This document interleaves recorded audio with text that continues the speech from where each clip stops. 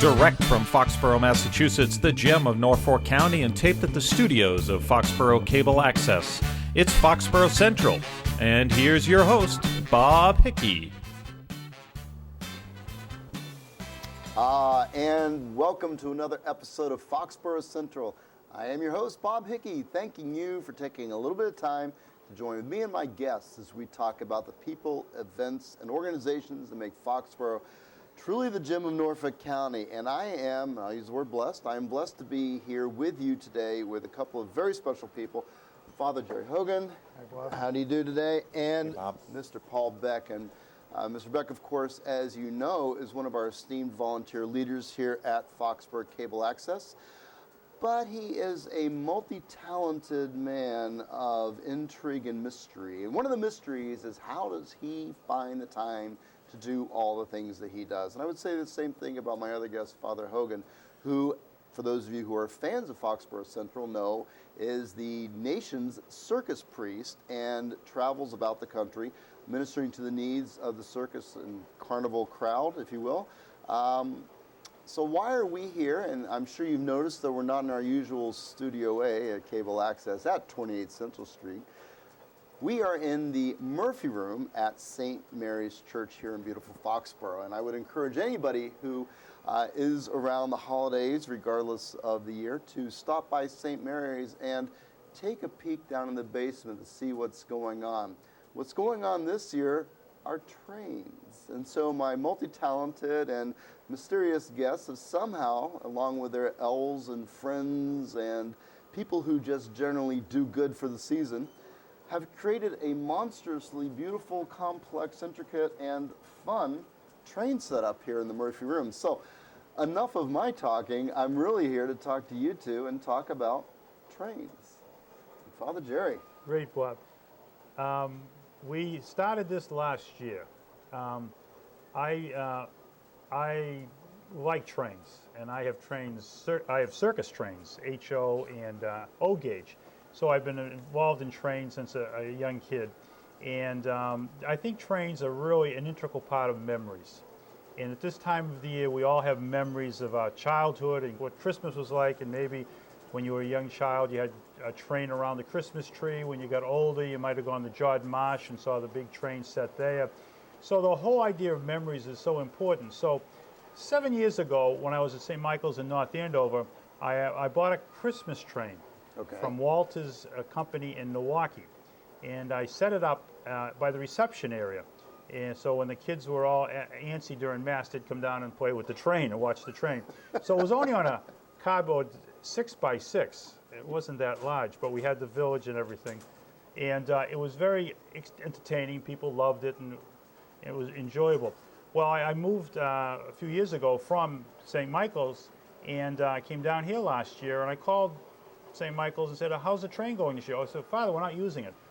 So I said, well, I'm going to take it. I bought it. I owned it. So I went up, brought it down here, and I gave it to St. Mary's and talked to Paul Beck, and we put it on 2 tables.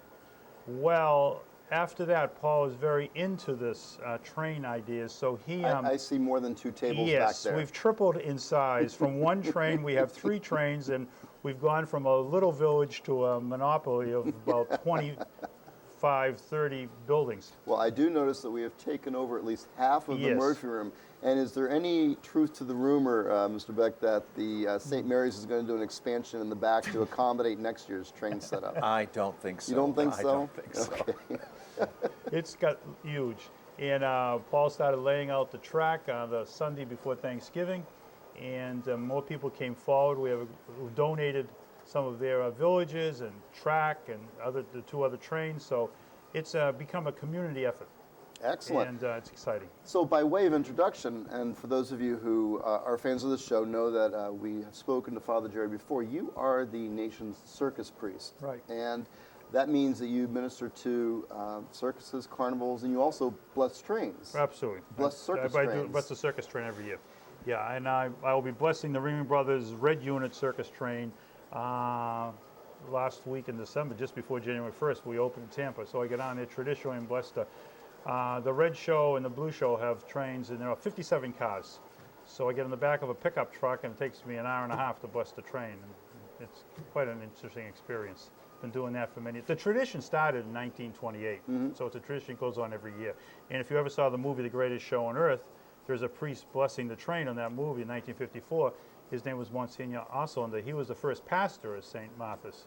So his actual priest was blessing it. And he had 8 altar boys. It was kind of funny, all these 8 altar boys running around. Well, these altar boys, some of them are still alive, and they're in the late 70s and early 80s. I've met them at St. Martha's. They said, I was one of the altar boys in The Greatest Show on Earth, which won the Academy Award. So it's very unique. So, yeah, I have this other ministry, which I'll be going down to Florida on Christmas Day and be there for 3 months working with the circus people. And you're based out of Florida, which is where the home church is, because that's where most of the circuses and carnivals St. winter. Martha's, yeah. They winter down there, and that's where I do weddings and baptisms and funerals. I record them right there. So. And they say that life is, you're always connected 6 steps to everything. Sure. And so you come to Foxborough because you're actually a native of Massachusetts. And you spent 17 years in St. Michael's in North India. I've been a priest 40 years. I was ordained in 1974, priest of the Archdiocese of Boston. 21 years ago, I was appointed by the bishops of the United States as the National Circus Chaplain. I just do circuses. We have another priest that does carnivals. And we have priests that do race cars, and we call ourselves a circus and traveling show ministry. We have our annual meeting at St. Martha's January 8th to the 11th. And we all gather. There'll be 26 of us this year gathering. There are nuns, there are lay people, and we gather and talk about the ministry. So yeah, I've been very active here, and I've been coming to Foxborough for 44 years as a season ticket holder of the New England Patriots. I bought my first ticket and joined the season tickets were $4 a game. I don't want to tell you how much I pay now. So I know the city very well. So when they said, Jerry, could you come down and help Father Steve? I said, in Foxborough, I said, I think I can do that. So I've enjoyed it. Another great reason why our New England Patriots are happy to be at home here in Foxborough. Yeah. And for those of you who would like to learn more about Father Jerry's ministry and the story behind that, you have a website. Sure. Do you remember the name of it? www.circusrev.com, and we're reconstructing it at the present time. Or you could go or you also go Facebook. We're on Facebook too. You can be a friend on Facebook. Yes, you can be a friend for Circus Rev. Excellent, excellent. And Paul Beck, who is not only a volunteer at Foxborough Cable Access, but you do so much as far as helping to bring local church services by offering support and technical setup. I know here at St. Mary's, this is an extension of the mind that is yours as to the production value that brings these services to the local channels, as well as at other locations at Bethany. It's amazing the amount of work that goes into a production, and then it's doubly amazing the amount of volunteer hours that you put in. I'm tooting your horn for a little bit because you won't, I will. That go into putting these, not only the shows, but the infrastructure and the support that goes into it. So thank you for all that work, which then directly leads to us being here in the Murphy Room at St. Mary's, because you single-handedly are bringing these things to the public. Now, we're here in the, I'll call it the train room. I'm going to rename it. With no offense to Lloyd in the back, we're going to rename this the train room, at least for the holidays. Maybe the Beck Memorial Train Room. Oh, no. The pastor might have a problem. We'll leave it as the Murphy Room then. Murphy Room sounds good. Paul, how do we come to have trains? Well, this is a volunteer group, and we have a number of people. As Father mentioned, we had his train, which is the circus train, and we'll see some close-ups of it a little later on. But when the discussion came right around Thanksgiving time, we need more than one train. So I contacted some friends. I belong to a group called the New Haven Railroad Historical Technical Association. It's an adoration society for a long-dead railroad. But there's a number of men and women who belong to that group who have trains. One train came from a fellow in Foxborough. Another one came from a fellow in Norwood. And these trains are G-scale, the large scale. G means garden. Or gigundo, some people refer to it. But most of the track was actually outdoors. It was actually on the ground with leaves and grass around it. Mm-hmm. Some we bought at a used place down in Warwick, Rhode Island. But there's an awful lot of track. It's made of brass, so it's designed to be outdoors. And a lot of people have these large trains for entertainment. It's very typical down in Florida, as you know, that people run them indoors and outdoors. And the retired husband plays with the trains. The retired wife has a garden or a rock garden or whatever. The train and the thing goes together. So and just like children who play parallel. It's exactly. Okay, good. Adult good. toys, basically. It's really, really a fun thing. But it's fun to do this. And let's be serious. This is the most secular thing you could do for Christmas, especially in a church. It is very non-religious, but it's fun. And as Father mentioned, memories, the odor of the smoke just makes memories come back. The little drops that you put in the thing. I was just going to have say an the odor. memory, and we'll get to memories in a minute. My memories are about the steel wool, because I would on my O scale, O27 scale, the steel wool, and Right. shining up the tracks and getting the connections. We have the same problem here. Yeah. Yes. But it is fun, and every Sunday since Thanksgiving, after the 9 o'clock Mass is over around 10 o'clock, and the 11 o'clock Mass is over around noon, Father invites a group of people to come down, and there are a whole mixture of people that come down, but the kids really like it. And this year we had a gondola car filled with Hershey's Kisses, and we ran that thing around, and the kids would reach in and grab. Of course, it caused a number of derailments as they're grabbing at the thing, so we had to take the train off, and we just put the car by the side so people can help themselves. But it is fun. It is a lot of fun. Well, I know that we all have memories, and also memories today. In fact, in our lobby at Foxborough Cable Access at 28 Central Street, which folks are always welcome to stop by. I noticed the last time I was in there that there was a train set up, an O-scale train set up on the floor that had Hershey Kisses in one of the gondola cars. Yes. So for kids who may not be able to make it to St. Mary's, stop by our studios also. We'd love to have you in. The memories, and I love talking memories and taking a trip down the road. My train set was given me by my father, who was given to him by my mother back when they first got married. It was an O-scale, and it was from the 30s, 40s that she had picked up and acquired along the way. And we had 5 in fact, I had 72 cars total, 5 locomotives. 3 of them were steam. 1 was one of those cheapo Lionels from the 70s with Santa Fe on the side, and one of them was a monster Seaboard Double H, and it could power. You could probably pull a real train with the power that that thing had. And all of the pieces, and then me as a child, not knowing the value, played with the toy as if it was a toy, which of course I later regretted as an adult. But to me, it was a toy, and it was fun, it was a part of my childhood. So we get to Love of Trains now, and I'm always fascinated. I tell you this all the time, but I'm always fascinated how what we've done leads us to where we're at. And you blessing the trains and having a love of trains, and you're saying before you actually have a train set up in your guest room in your home. And Florida, yep. I have O gauge and HO gauge, and I have miniature circus on O gauge and miniature. Last year I had a bed in there, and I moved the bed out to expand it. As my friends and fathers said, now you're going to stick it outside too. So if people are going to yeah. visit you, they should bring their own RV or That's a right. tent, because Yeah. there's no room in the inn. There's no room at the end. There's no, but yeah, it's destroying. Memories is so important. I think when you were talking about too, you were animated talking about your experience with trains. We all are. It brings back a lot of really positive memories, and I think memories are so important at this time of the year. And when we bring the kids down, and they come down after the masses, and all different ages, and you see their eyes light up about it, and then the adults are in the back, and they're all talking about going to Jordan Marsh or wherever they saw a train. So you've got all this connecting points. And Paul says it is a secular experience in some ways, but I think it's also a religious experience, because when you capture memories, you're capturing the essence of who we are as people.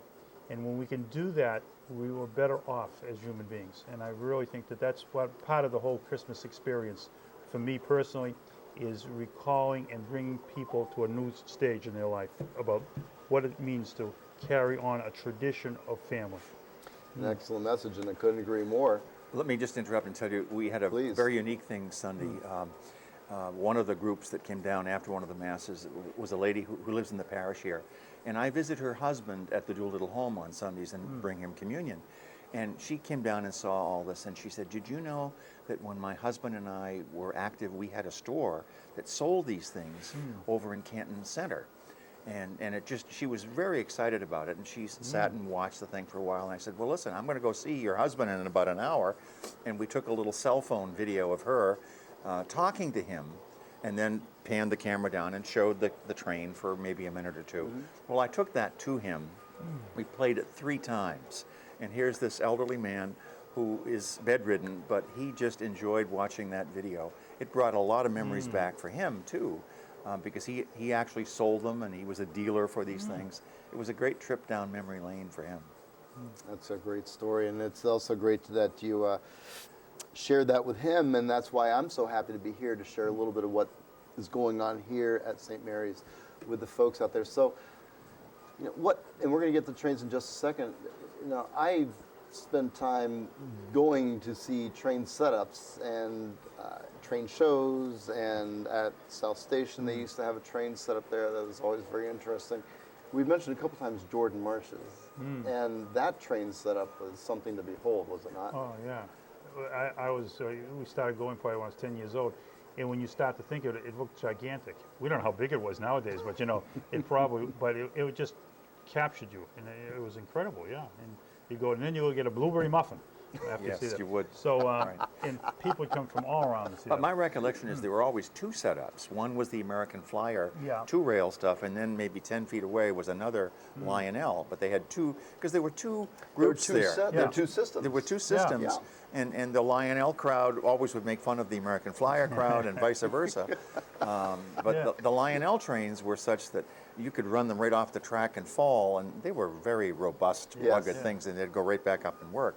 The American Flyer things, and I had a lot of those as a kid, I but did they too, were yeah. more fragile. Yeah. But it was fun. Well, my family was a Lionel family, and my father would make fun of the American Flyer. Yeah. So I know that as we go and look at the trains, there's some people that we should thank for Sure. helping out and bringing this all together. Sure, I have, well, Bob Ritchie from the parish, Foxborough, he gave us a lot of G-scale, which we need for track. This track is very expensive, by the way. This isn't cheap. Gordon Cochran helped us with a circus train. We have an actual circus train here. That's not my train, that's Gordon's, and he loaned us his train.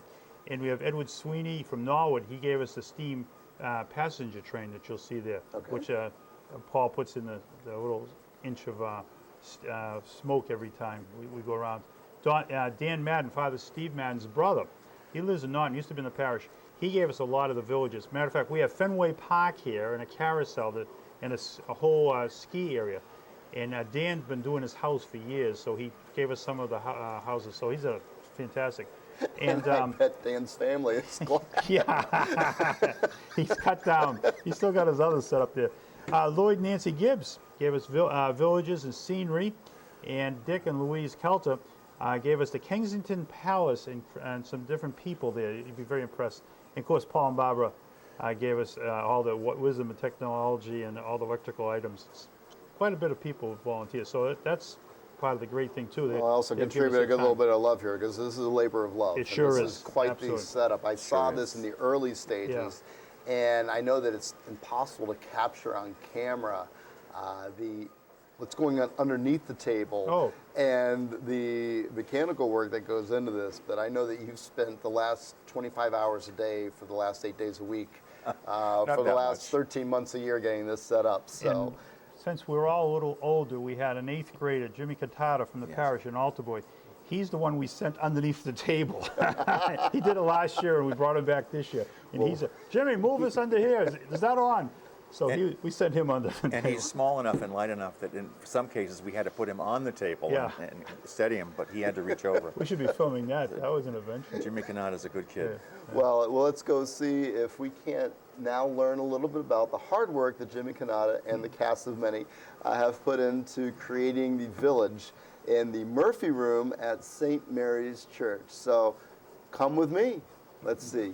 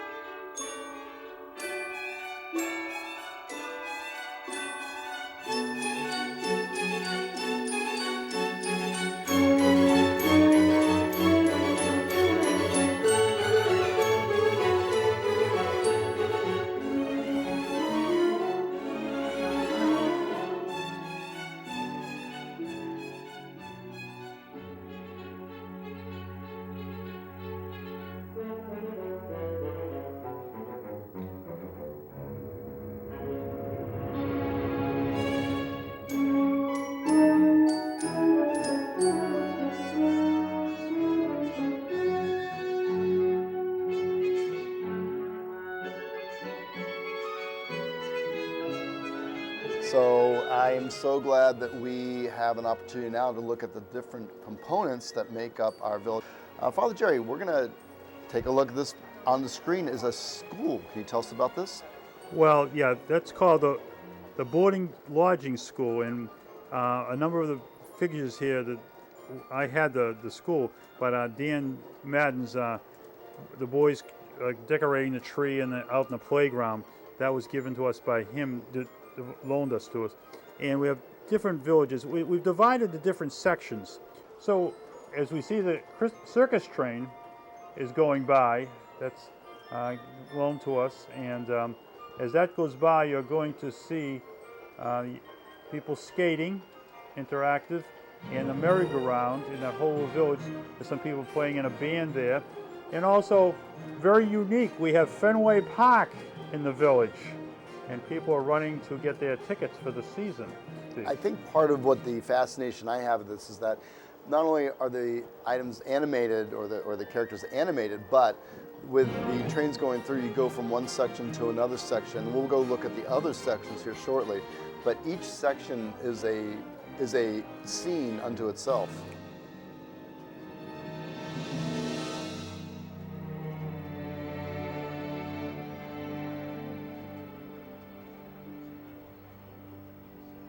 Now we're into a special other village, and as you might see, it looks like a circus tent. Well, this is called the Big Top Toy Shop. I bought this a few years ago, and of course I bought it immediately because it looked like a circus tent, so I love that very much.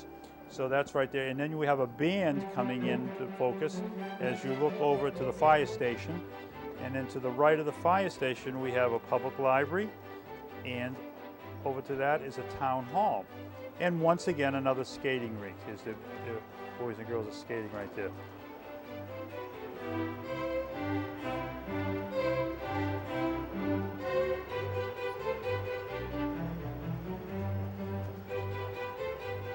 Now we have a gazebo with a band as a Christmas train goes by, and behind that we have a tower. That's our latest addition. We have a tower which was just bought, and it shows, and then behind that you can see other stores as we'll move along. We have on the hill way in the back, we have 3 buildings, and one is a cathedral, and you might see the priest standing out there. It's Father Steve checking over the lot. And then we have some other buildings up there, and then to the left of that we have Dan Madden created a hill for skiers, and we got one person jumping on the top right there. So this is all integral. We believe there's you have a ski jumper. Yep, he's jumping, and they're going down. So that's the hill, and that is a very. We think we got about 700 pieces here. It's so much going on. This is definitely a fun setup. Yep. And below the hill we have another little village set up. There we have Kensington Palace, given to us by the Celters, and then as you move towards it, we have another toy store. We've got a lot of toy stores in this village, and another nice little fence there, which is really cute. And it's set up, and there's different, inside of all these are lit. So in a few moments we're going to go into nighttime, and you'll see all the lighting, but as you see it progresses.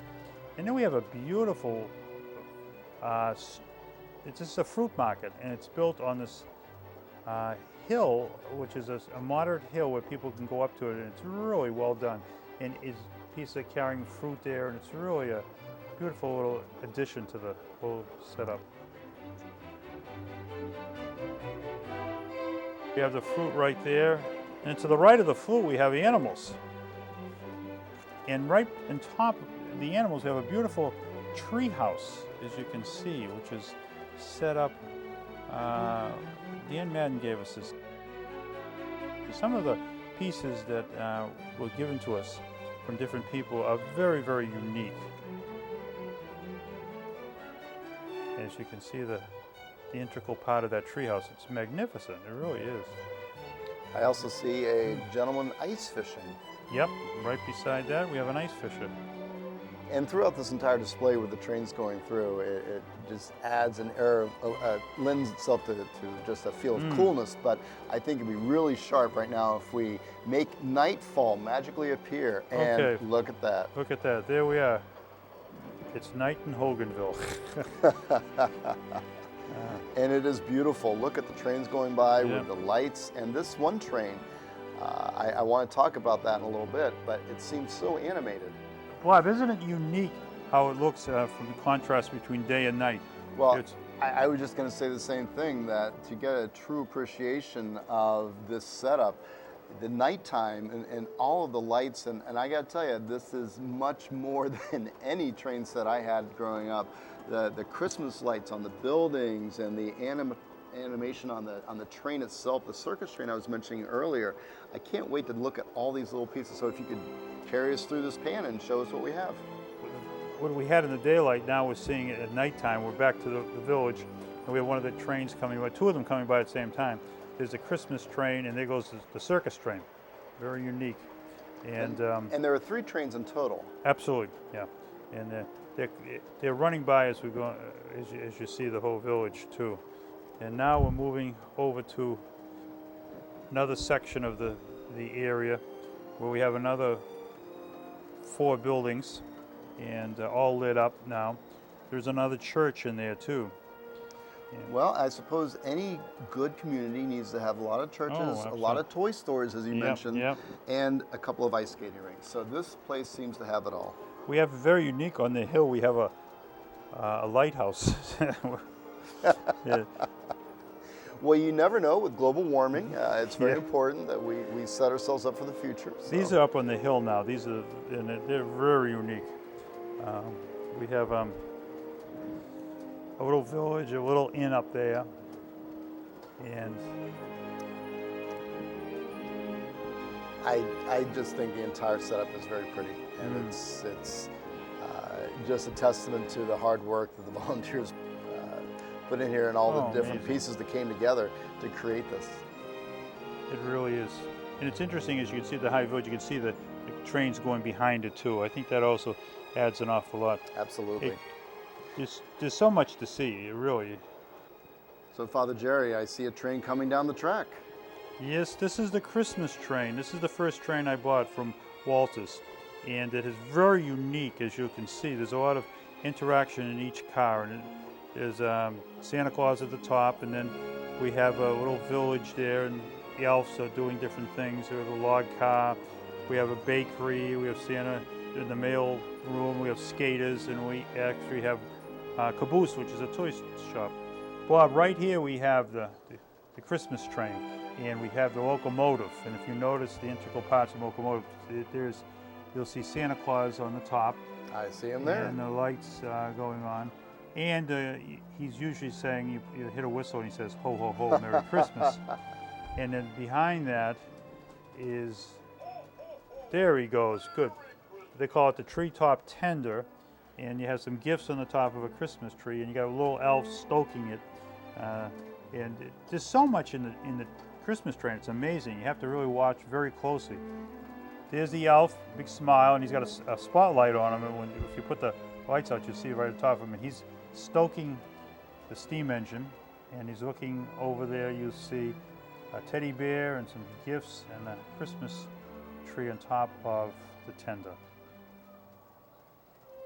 This next car is called, as you see, the Candy Dancer, but it really is a play on words of the Gandy Dancer, who would be the person who put the spikes on the track, and he would dance as he's putting the spikes on the track. So these are 2 elves who are pushing down and making, I hope, candy. Well, also that's a play on the Gandy Gang car, because that's how they used to manually push the car along when it was not it was a self-propelled vehicle. Okay. This is a very unique car, as you can see. It's called the log mill car, and there's so much going on here. We have an elf putting logs down. They're cutting the logs, and it's showing them doing that. There they are, using a saw, cutting the logs, and it's a lot of integral parts. There's a stack of logs right there, and They're very industrious. Here's the old bakery, and we have Grandma putting Gingerbread men. right in there, and then she's putting right there. When the car's going on, she's moving. Right now we have it stopped. but she's doing that. She's putting it in there. And then as you move over here, you see the furnace, and you see a little elf pushing down and making sure the fire is hot enough. He's got those bellows He's going. doing, yeah, and he's smiling. He's enjoying his work.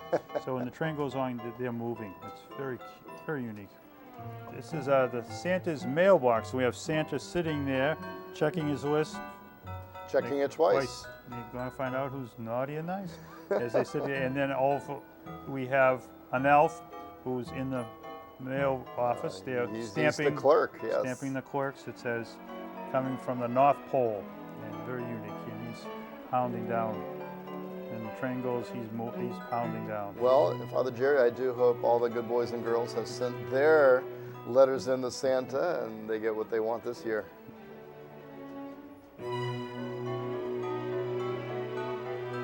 And here we have a tanker which is overflowing and forming ice.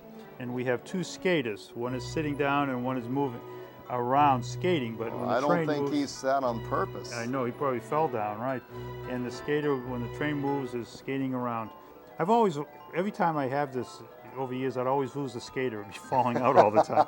And there's a light going on the top, a gift on the top of the tanker. I think part of the fun yeah. thing with this is that each one of these cars has a little light on it. So in the night, in the darkness, they're fully illuminated. So just magical. And there's an elf on the top with the gift. He's pulling something down there, checking to make sure it works. And here's Santa's toy store.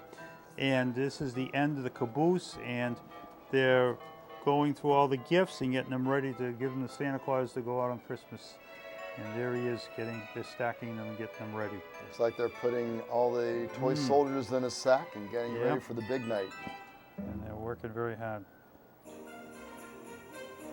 It's like the traveling North Pole on Very rail. enjoyable and very nice, very cool.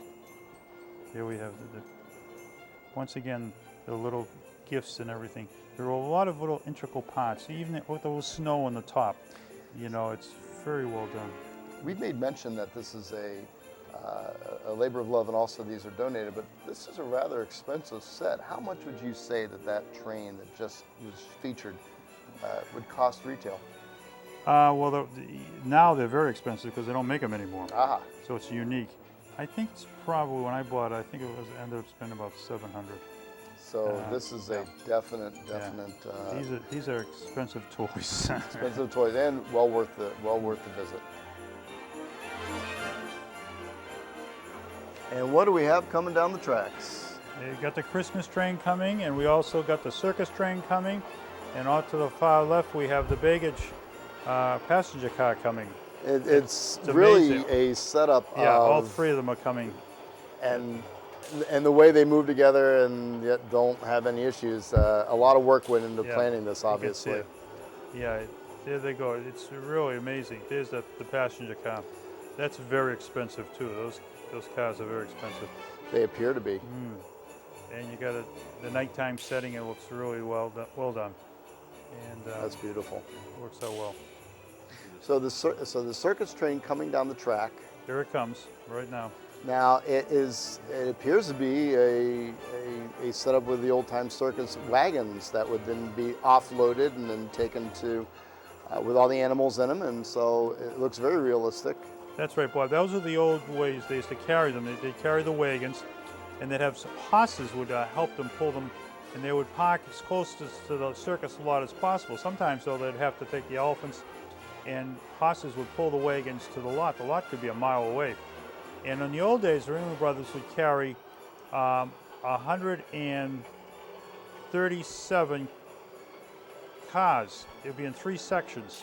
And the first section would bring in the cook tent and the sideshow tents, and they would strike them and put up the cook tent. And the second group that would come in would be the animal section. Okay. And then the third would be the big top, and the fourth would be the passenger cars where the performers would be in. Well, I've noticed the carousel. This is given to us by Dan Madden, and there's music in the background, and it's a beautiful miniature carousel. We have Santa Claus right in the front of the carousel, right down there. But that carousel is amazing, ornate, and the lights and that's a very unique kind. It'd be something you'd see at Canopy Lake or down in. Well, that is worth the price of Nantasket. admission itself with the moving horses up and down and the riders. It's beautiful. That's beautiful. It really is. That's a nice little skating pond. As the children are skating, and it really adds a lot to it. You can see them doing different pirouettes and developing and constantly going. Well, it's also fun seeing it at the nighttime versions Yes. with the lights on it. It's a little magical. Yeah, it really effective. And they're on magnets, and they keep on moving around. So we put the thing on in And there goes the train again. the train. Two of them. You got two of them at the same time, crossing by. Doesn't seem to bother the skaters, though. No. These houses in the back, you'll not notice, Bob, they don't have a back to them. They're only a front. And they're all lit up. They got a lot of lights on them. And they're like there's a hotel there and shops and everything. But they're really well lit. And when we put the lights out, they really enhance the whole experience. They're really well done. I was just going to say, I think it adds an awful lot to this setup in that it's festive and it really doesn't have the depth of the front unless you have these things in the background that are showing the continuation of the village. So I think it lends an awful lot to this entire setup. It helps us get more villages in there in different areas. Sure. 'Cause you couldn't have put too many full-length villages there, so it blends in very well in the back. It's just beautiful. This is a unique little house because the picket fence and the people coming in, and it's really well developed. There's lights on in there, and it's a tea shop. Well, it looks like a tea shop. I'd like to go have some It at. really is some beautiful arrangements set up there, and it really looks really nice. And you have the train going by. It's right at the tip of the. We have to be careful we walk by it because we could knock it over. Well, there's an awful lot going on in this setup, and you mentioned knocking it over, but these are not. This entire train set is fragile, yet it is durable, and it's something that I think. You can see the whole area there, and to be enjoyed by all, young and old. yeah, you can spend some time here, really sitting down and watching and looking at all the different parts. There's an awful lot of pieces going on. It really is a lot of volunteers, a lot of tribute. It is a busy village. Well, Father Jerry, I've always wanted to play engineer, and so I think I'm going to. I see a set of buttons over here. Let's see if we can't get the old Christmas train rolling in the right direction here. First of all, all aboard, and I like Santa. All right, to announce that we're getting ready to leave the station. We're really getting ready to leave. And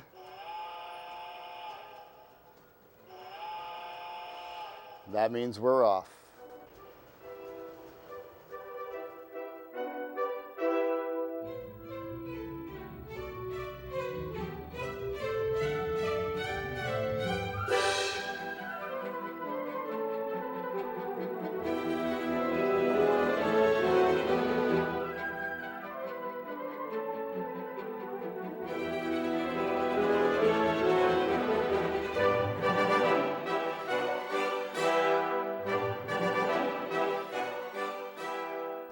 Wow, that was a great show. I got to tell you, folks, I've really enjoyed learning about and watching all the different things going on in Hoganville here at the Murphy Room at St. Mary's Church. So want to thank we'll call you the patron saint of Hoganville, Father Jerry. Thank you so much for taking the time and sharing all of this with us. And Mr. Beck as well. Thank you for opening up your love of trains and sharing it with the community and allowing us to come in and spend a little bit of time. So, on behalf of all the volunteers of Foxborough Cable Access and all the volunteers of Hoganville, we hope you have the most merriest of Christmases and the best New Year. Take care, everybody. Merry Christmas. Merry Christmas.